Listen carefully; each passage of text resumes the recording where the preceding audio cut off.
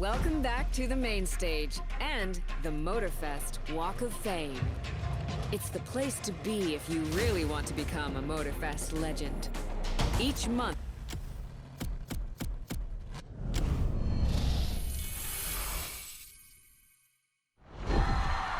buckle up! The Motorfest Late Show is back, and this episode might just be...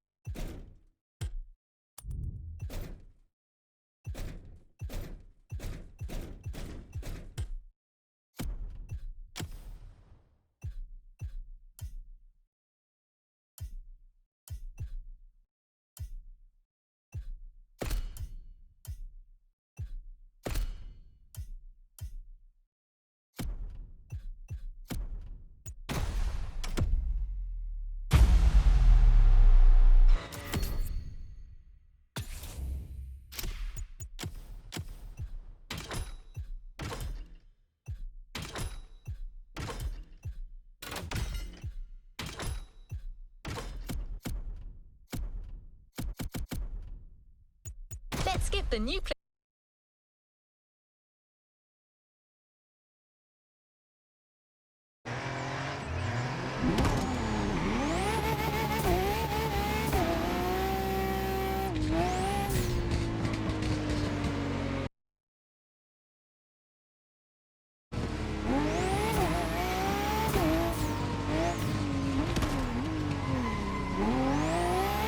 Driver, I'm really sorry to disturb you, but there's an emergency. I'm sure you've heard of the Motorfest Late Show, haven't you? What do you mean, no? It's one of the most popular shows about car culture. Don't you watch TV? Here's the thing. They need a new driver. The last episode didn't exactly go as planned, and let's just say their regular driver is taking some time to rest. In peace. Peacefully, I mean. In his home. No need to worry. Anyway, filming for the next episode starts really soon, so they need someone ASAP. If you're interested, just head to the set immediately. You'll just have to fill out a few forms, you know, for insurance. And then boom, you're now a TV star. But yeah, maybe don't read the fine print. We don't have time for that. Just sign.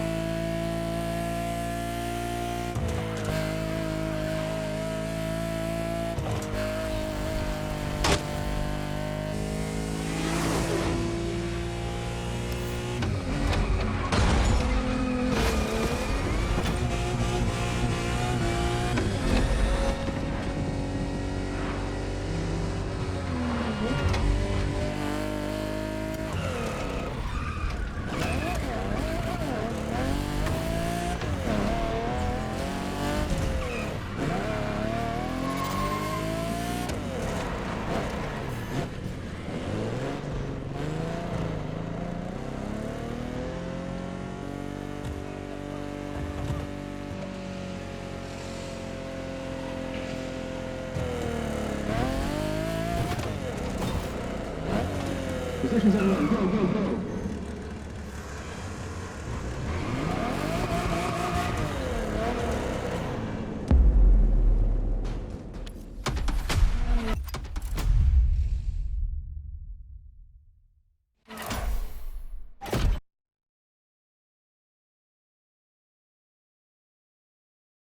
Three months. The film crew for the first one is waiting for you.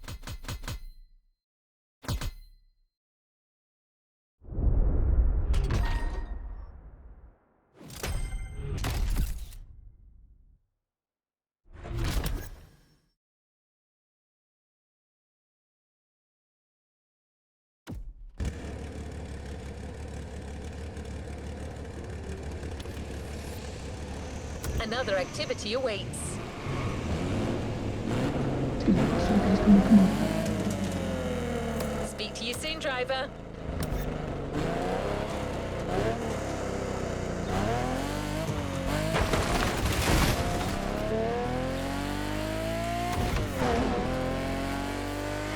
Did they give you the suit you'll have to wear to avoid being recognized? Perfect. You have everything you need.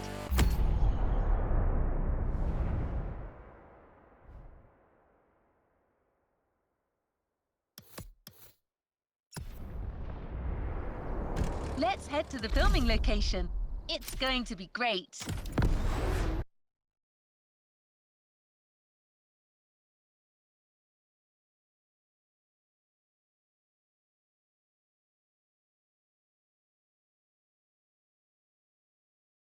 Of the rising stars of television. He's a car journalist first and foremost, but his content is so entertaining that he quickly got his own talk show. I'm sure you'll love him. Each episode is split into 4 segments where the audience can watch iconic vehicles in action. That's where you're taking the part of Lucky Star, the official driver of the show, here to push these machines to their limits.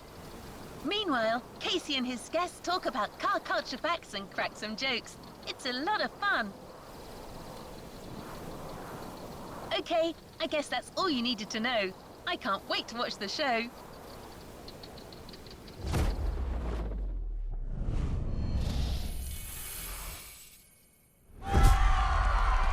Welcome to the Motorfest Late Show. Oh, thank you. Oh, you lovely people. Tonight, we're focusing on performance. Not to shine.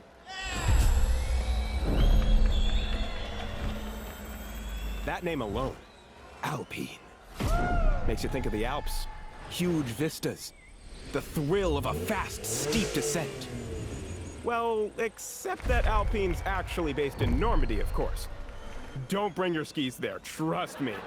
Mont Saint-Michel, not ideal for downhill. In any case, I'm so excited to have these incredible cars on the show. Now let's see them in action. And who's better for that than Lucky Star, our remarkable driver? That's right. I know many of you were concerned about the accident he had last month, but don't worry, he's all right. Can you give us a thumbs up, please? Awesome. He's going to drive the Alpines today. Let's take a look.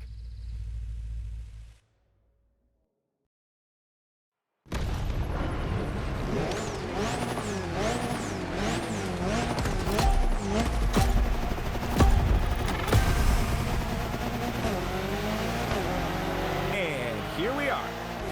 To talk about these beautiful Alpines, it is my pleasure to receive the classic car specialist with class himself, the Archivist. Thanks a lot for having me, Casey. It is an honor, sir. I know you are a busy man. Lucky Star, our beloved driver, is already racing in this flashy A110R Ultim as we speak. Can you tell us more about it? Of course. It's a reinvention of the original A110 that was incredibly famous in the 60s. A stupendous car, really. It played a major part in building Alpine's reputation.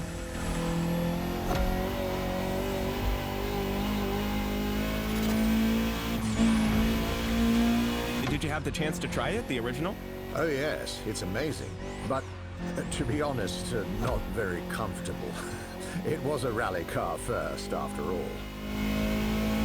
As much as I admire classic designs, I also like to keep my back in one piece. I pay my chiropractor big money to not have to think about this issue. So, from what I gather, crafting new A110s sends a strong message to car enthusiasts. Exactly.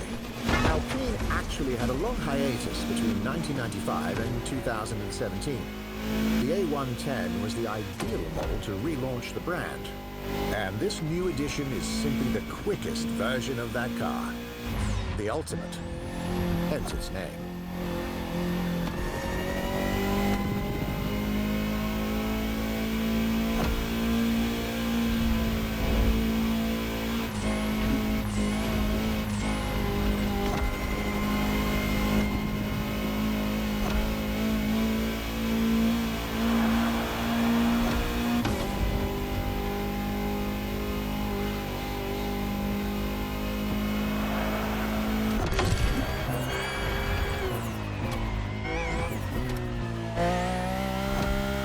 Incredible to see this stunning concept car in action.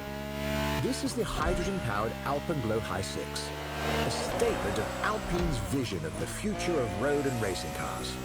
I bet. That looks lovely. Its name is actually quite beautiful. It refers to the red glow that lights up mountain peaks when the sun gets below the horizon. Photographers love to capture that phenomenon. They push this idea to its design. That's why there's a bright red light at the front, and then various shades of blue. They've also played with the idea of the different states of water. The rims are shaped like snowflakes, and the exhaust is integrated into the blue taillights to show that it's releasing water. A clever trick. But what impresses me the most is how close to the ground it is. My lawnmower looks like a giant next to it. I think it's about 40 inches tall. Driving it at that speed must be thrilling. Let's enjoy the rest of the footage now, shall we? Lucky Star, take us back to the bottom of the mountain.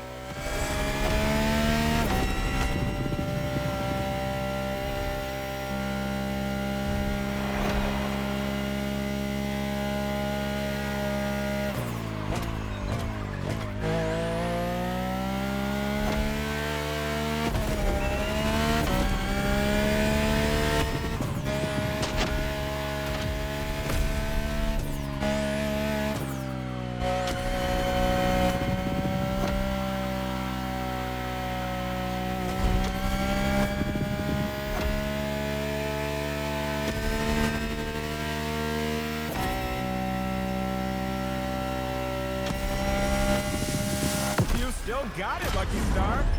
I'm relieved.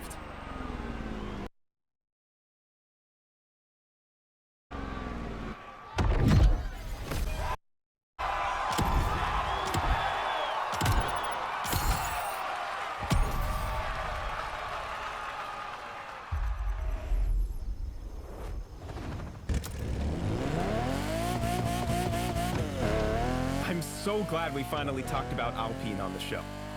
And your incredible knowledge made it even better. Thank you. It means a lot. But now that you're here, there's a question I've been dying to ask you. What's your real name? Archivist. Come on, you can't tell me that's really what your mother named you. Oh, my sweet child, the archivist. First name the, surname Archivist? You can just do that in England? It's just that I don't want to be the center of attention. I'd rather take a back seat and let the stories be about the cars. That's really inspiring.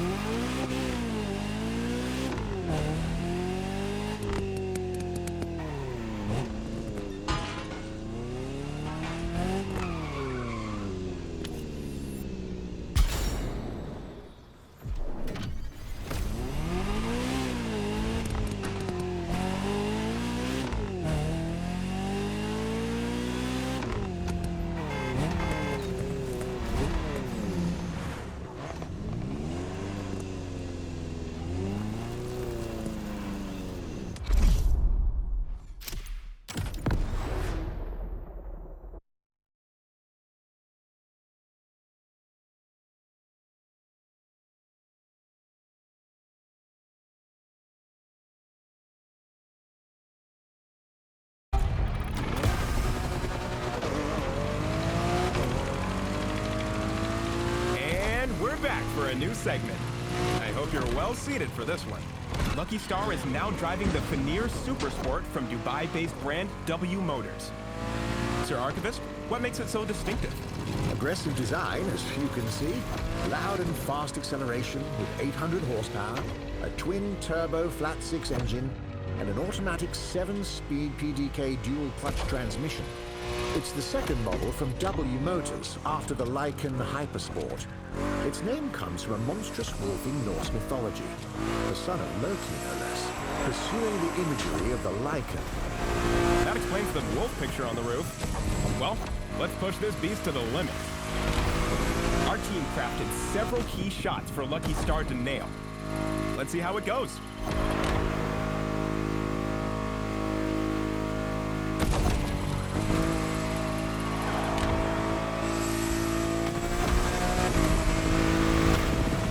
Get ready for the big jump.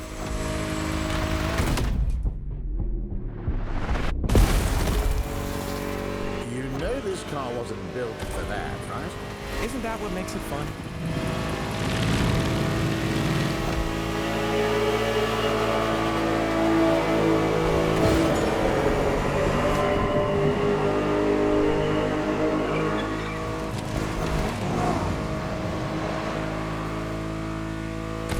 Amazing driving skills.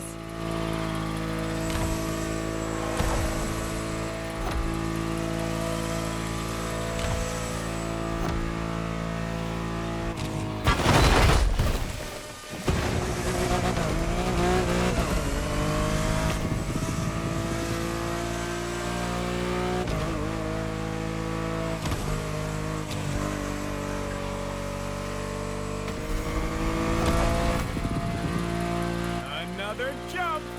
I can't watch. Woo! Perfect! This driver's got talent.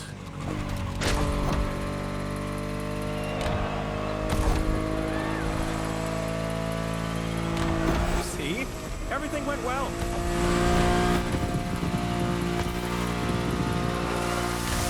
What a performance! That's a hell of a driver we've got on the show.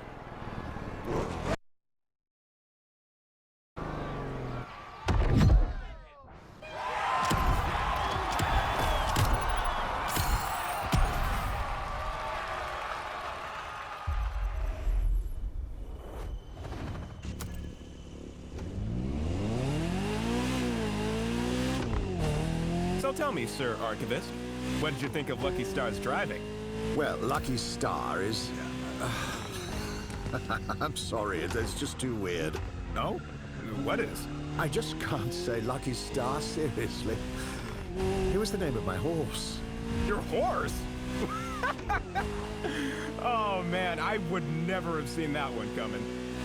Well, some say he is a stud. And was Lucky One a good horse? Oh, the best, of course. I learned to ride with him. Lots of fond memories. That's really sweet. And this talk of riding is actually a great segue into our next segment. We couldn't talk about performance without mentioning a bike, and you'll love the one that's coming.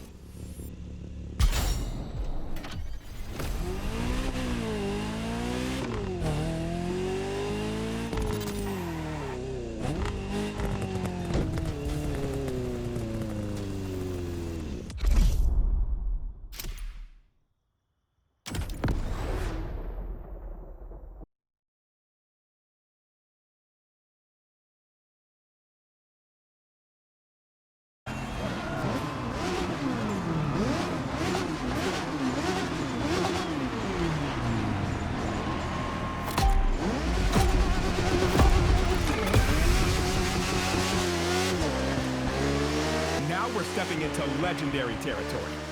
Often challenged, but never beaten, the Suzuki Hayabusa. I'm short of breath just mentioning it. To let you appreciate the aggressive speed this beauty can reach, we've equipped the amazing Lucky Star with a wearable camera setup. Don't thank us.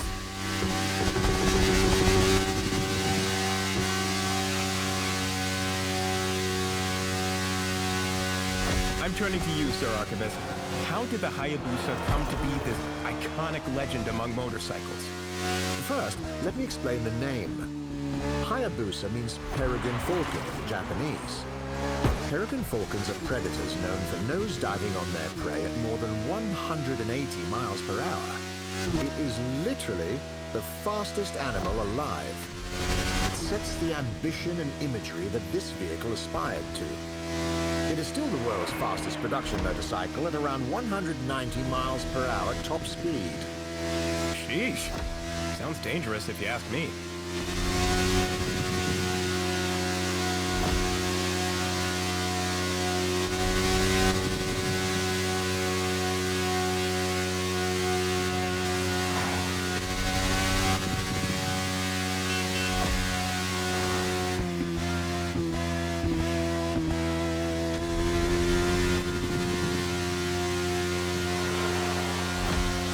Famously led Suzuki and Kawasaki to strike a gentleman's agreement, which capped the top speed of their motorcycles at 186 miles per hour after a long arms race in the 90s.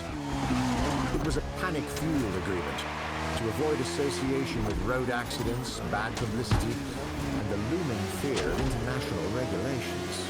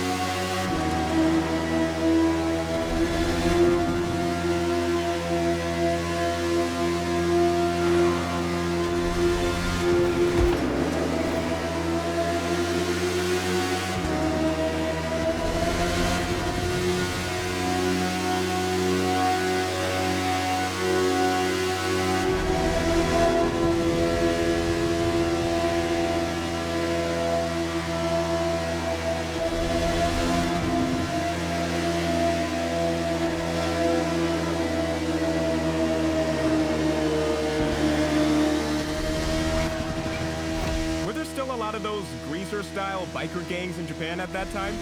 They always looked so cool to me in anime with their pompadour hairstyles. The Bosuzoku youth subculture, they were on the decline, and that was for three main factors: economic recession, regulation of traffic law, and police enforcement.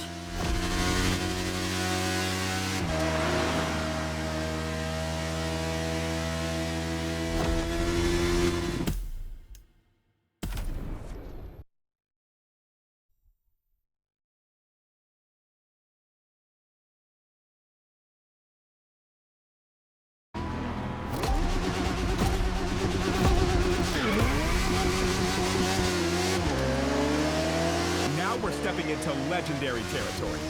Often challenged, but never beaten, the Suzuki Hayabusa. I'm short of breath just mentioning it.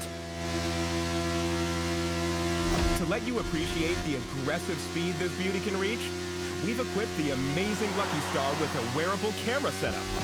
Thank us.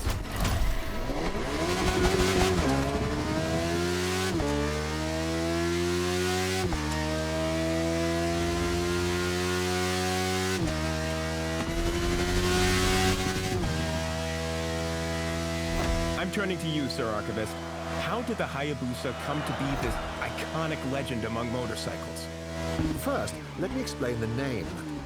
Hayabusa means peregrine falcon in Japanese. Peregrine falcons are predators known for nosediving on their prey at more than 180 miles per hour. It is literally the fastest animal alive. It sets the ambition and imagery that this vehicle aspired to. It is still the world's fastest production motorcycle at around 190 miles per hour top speed. Sheesh. Sounds dangerous if you ask me.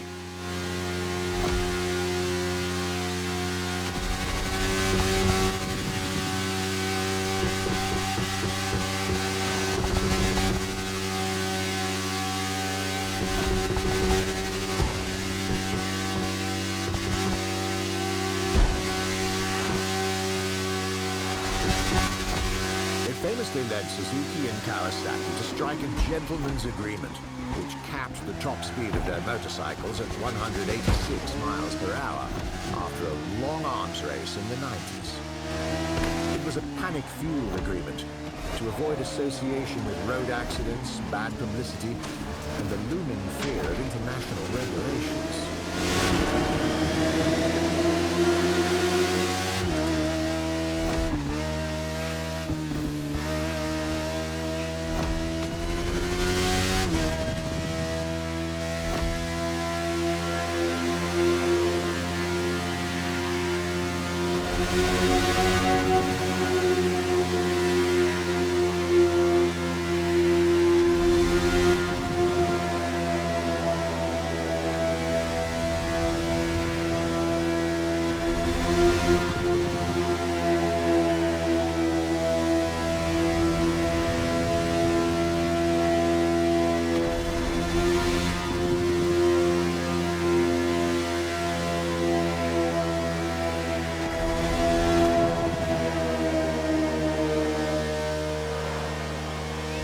Were there still a lot of those greaser-style biker gangs in Japan at that time? They always looked so cool to me in anime with their pompadour hairstyles. The Bosuzoku youth subculture, they were on the decline, and that was for three main factors: economic recession, regulation of traffic law, and police enforcement.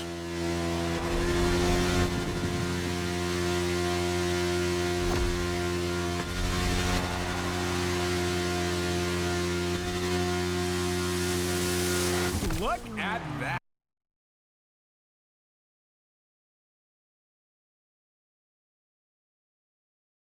Try this at home, kids.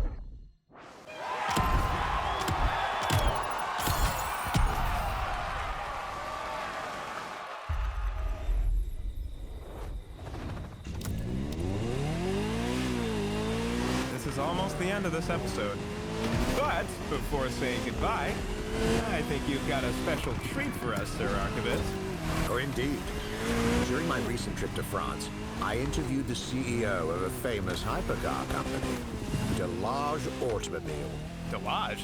Like Louis Delage's Delage? The brand from the early 20th century? I didn't know they came back from the dead. They did, with a very interesting model, the D12. Let's watch that after a short break.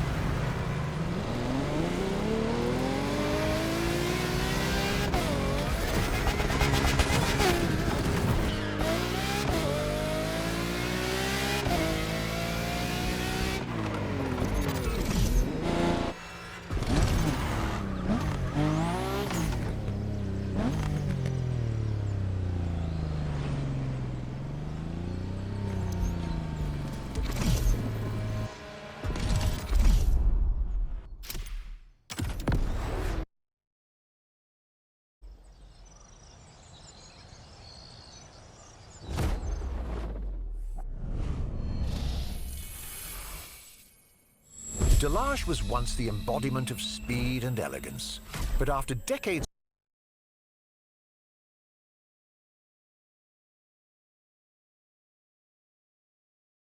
The idea of reviving Delage came from my passion for cars. I'm a car enthusiast since I'm a little boy. And in 2018, I saw an opportunity to create a new type of hypercars.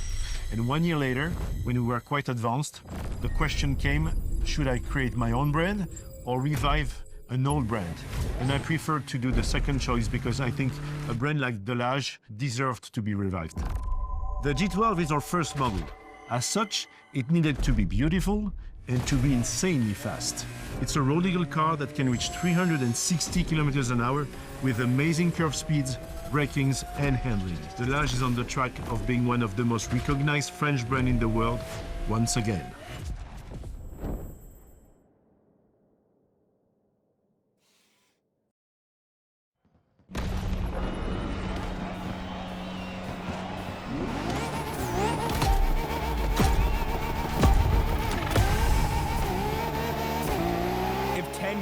someone told me I'd be witnessing the rebirth of Delage, I wouldn't have believed it.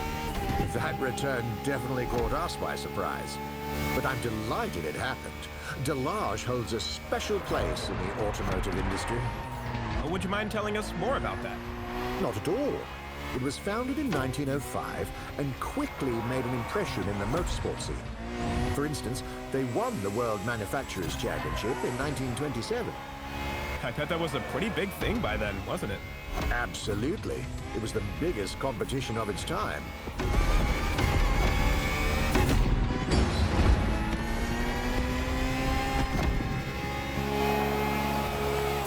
Another distinctive feature is the look of their cars. One of their most famous slogans was La Belle Voiture Française, the beautiful French car. And they had plenty of elegance prizes to back it up. I guess the D12 has pretty big shoes to fill. Indeed. But it's doing well. It's already been awarded the most beautiful car in the world at the Automotive Awards in 2020. And we already know it's as fast as it looks.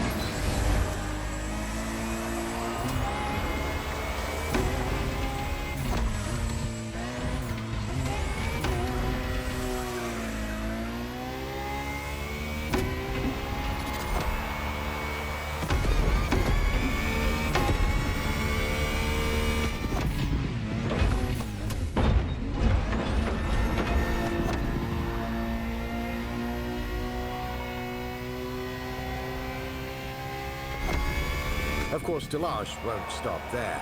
For their next car, the Torpille 100A, they want to reach 500 kilometers an hour. I can't wait to see that in the future. But unfortunately for us, this is where the episode stops.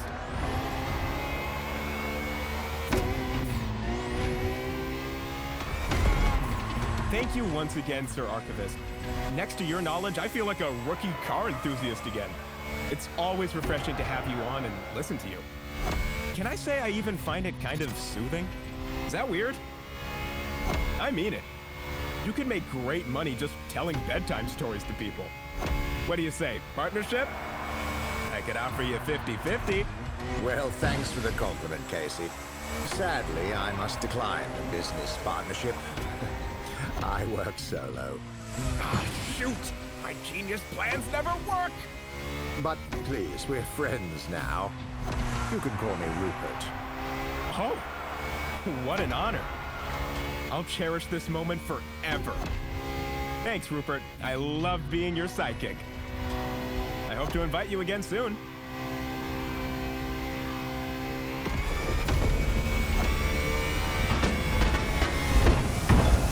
And that's a wondrous finish. Thank you, dear audience, for following this show. This is your host, Casey Rollins, live from Hawaii. See you next time.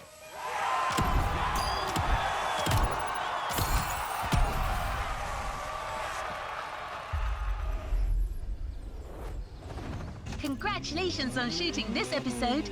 The audience loves this kind of driving.